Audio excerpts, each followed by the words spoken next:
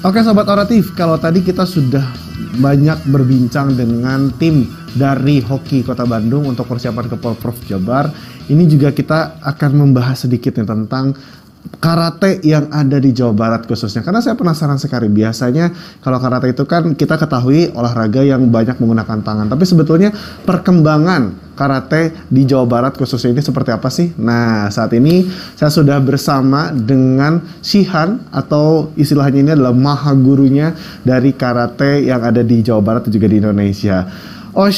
Shihan, waduh, saat ini saya sudah bersama dengan Shihan Herman Muhtar nih. Gimana kabarnya Shihan? Baik? Alhamdulillah baik. Alhamdulillah baik ya. Semoga kita semua bisa sehat selalu dan menjaga kebugaran di tengah pandemi COVID-19 ini.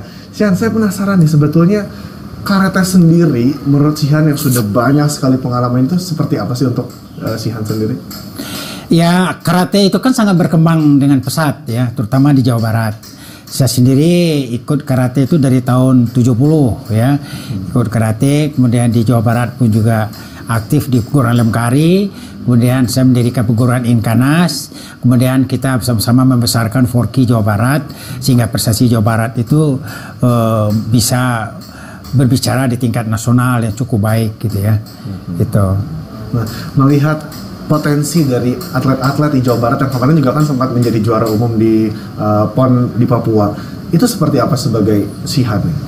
Iya, jadi kita berterima kasih kepada kepengurusan Pengda Forki Jabar ya di Bapak Ugi, bahwa Jawa Barat pada saat pelaksanaan PON di Jawa Barat berhasil mempertahankan juara umum, berhasil meraih juara umum. Kemudian waktu PON di Papua, Jawa Barat berhasil mempertahankan juara umum. Ini adalah suatu prestasi yang luar biasa, dan prestasi ini harus dipertahankan ya untuk di PON-PON yang akan datang. Untuk bisa mempertahankan prestasi tersebut tidak ada lain, karena di Forki itu ada 25 perguruan karate. Betul. Ya, 25 perguruan karate. Di Jawa Barat ini saya kira ada sekitar 15 mah ada. Ya, tapi yang pertama, perguruan ini harus maju, organisasinya harus maju, anggotanya pun juga harus berkembang, kemudian dananya pun juga berkembang, sehingga baru kita bisa bicara prestasi. Ya, nah yang kedua adalah kekompakan kalau kita sudah berada di Forki. Jadi kalau di perguruan, ambisi perguruan itu adalah hal yang wajar. Ya, macam saya perguruan Inkanas. Ya. Kalau kita bicara di perguruan, Inkanas harus juara umum. Tapi kalau saya berada di PB Forki, saya harus bicara kepentingan nasional. Bahwa nasional Indonesia itu harus maju karatenya. Di Jawa Barat pun juga demikian. Karena saya dari tahun 84 itu sudah aktif di kepengurusan Pengda Forki Jabar ya. Sejauh ini dari tahun 84 sampai 2022 sekarang, apa sih hal-hal yang memang perlu ditingkatkan dan dikembangkan lagi untuk tadi mempertahankan para atlet-atlet karate di Jawa Barat khususnya bisa lebih maju lagi berkembang? Ya, jadi kita tahu bahwa atlet kita itu di Jawa Barat ini khususnya ya, atlet yang berprestasi itu Forki dan perguruan itu punya perhatian untuk menjaga kelangsungan masa depan daripada atlet. Ya.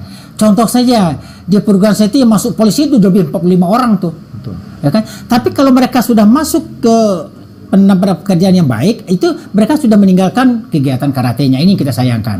Nah, jadi ini pembinaan organisasi yang saya katakan tadi itu adalah bagaimana kita mempertahankan agar atlet-atlet berprestasi itu bisa tetap bertahan ya, mempertahankan prestasinya, dan kita menghasilkan kader-kader yang baru untuk bisa berkesinambungan gitu ya, junior-junior yang ada di Jawa Barat.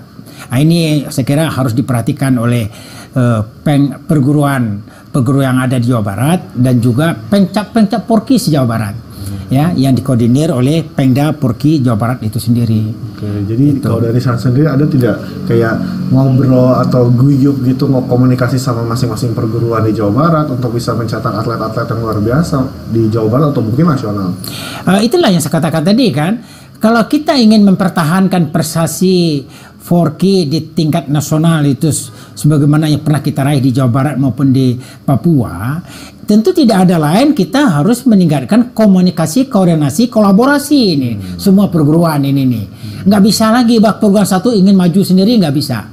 Harus kita berkolaborasi. Apalagi kata kata itu boleh memakai kata perguruan-perguruan lain yang sudah yang dipertandingkan di tingkat nasional. Jadi tidak bisa Sotokang tidak belajar kata misalnya KKI, ya nggak bisa. KKI pun juga harus belajar Sotokang, Wadoryu, Kusinryu dan sebagainya. Ya, semua daripada materi-materi yang dipertandingkan di tingkat nasional, kata di mana saja itu harus dikuasai oleh masing-masing atlet. Ya, kalau kita ingin menjuarai di tingkat nasional. Gitu. Sejauh ini kan sudah banyak sekali pengalaman dari Sihan, tadi memimpin kongres juga dan segala macam. Kalau dari segi pembinaan nih. Nah, ini nih pembinaan ya. Saya ngambil contoh di perguruan saya sendiri di Inkanas. Di Inkanas itu ada dewan guru ya, ada karateka. Kemudian kita pisahkan. Yang penting kita harus lakukan kaderisasi secepat mungkin. Ya. Jadi jangan seperti saya di umur 71 tahun. Kita di Inkanas itu udah kita batasi umur 60 tahun dia sudah tidak berada di lapangan, dia sebagai pengawas. Dia berada di majelis tinggi dewan guru, namanya Sihang, dipanggilnya Sihang. Ya, yang guru itu dipanggilnya sensei. Itu yang mereka yang umurnya 60 ke bawah. Ya, yang dan 5 ke bawah. Sedangkan yang majelis tinggi dewan guru ini yang dan 6 ke atas. Ya. Nah, kita kemarin baru kita ngambil dan 8 ya. Karena udah 10 tahun berada di dan 7 ya. Dengan tujuan kita memberikan kesempatan kohai-kohai kita tuh bisa maju lebih cepat gitu. Oke. Nah, kalau tadi kita berbicara masalah regenerasi, kalau di Jabar sendiri melihat prospek kedepannya seperti apa nih Sihan untuk regenerasi dari atlet-atlet di Jawa Barat? Iya, saya melihat ini cukup bagus ya. Saya pun juga sering mengingatkan daripada Pengda Porki Jabar bahwa regenerasi ini harus diperhatikan.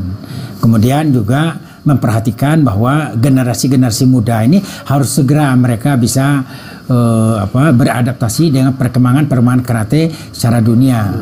Ya, itu harus itu. Jadi program pelatihan mendatang ke pelatih dari baik secara nasional dari luar negeri, saya kira itu bagus sekali.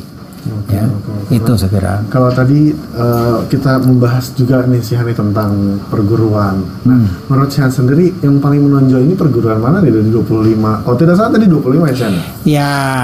Ya tadi saya katakan perguruan itu akan menonjol apabila perguruan itu ditangani secara profesional.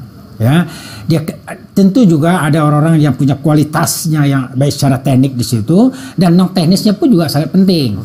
Tadi saya katakan tidak mungkin orang itu bisa melahirkan seorang atlet yang berprestasi kalau perguruannya tidak punya organisasi yang tidak baik, kalau perguruannya tidak punya anggota, kalau perguruannya tidak punya sumber pemasukan, ya tidak ada dana, ini nggak akan mungkin bisa. Ya, makanya perguruan kita lihat seperti Inkai cukup maju dan perguruan Inkanas pun juga demikian ya. Di bawah itu ada KKI ya dan lain sebagai perguruan lainnya. Gitu. Jadi memang banyak juga sebetulnya potensi-potensi yang bisa dimunculkan oleh para perguruan untuk bisa maju ke depan dan mencetak atlet-atlet terbaik ya Sihan. Iya, betul sekali. Oke, Sihan. Nah, impian Sihan nih apa nih? Sudah 71 tahun sekarang usianya sebagai Sihan gitu di dunia karate. Saya orang yang di perguruan saya, baik di Porki Jabar sendiri, saya kan di Porki Jabar tuh 18 tahun sebagai Bimpres, 4 periode. Kemudian saya tinggalkan, saya naik ke pusat. Kita lakukan regenerasi di Jawa Barat. Jadi sekarang ini, keinginan saya itu adalah regenerasi yang diberikan kepada bawahan-bawahan kita, dan mereka pun juga harus punya kemauan untuk maju. Ya, punya tanggung jawab moral. Nah, tidak ada lagi kita bicara perguruan kalau dalam Porki, kalau kita ingin memajukan Jawa Barat. Ya, nah, jadi fanatisme Jawa Barat itu harus di atas segala-galanya. Tidak ada lagi kita bicara perguruan. Gitu. Oke Sobat Oratif, tadi wawancaranya sangat luar biasa sekali nih bersama Sihan Herman Muhtar selaku Mahaguru Karate dari Jawa Barat dan juga nasional. Nah Sobat Oratif, jangan pernah bosan untuk nonton Oratif karena kami akan memberikan informasi-informasi seputar olahraga dan juga otomotif yang sayang jika Anda lewatkan. Sampai jumpa di episode berikutnya.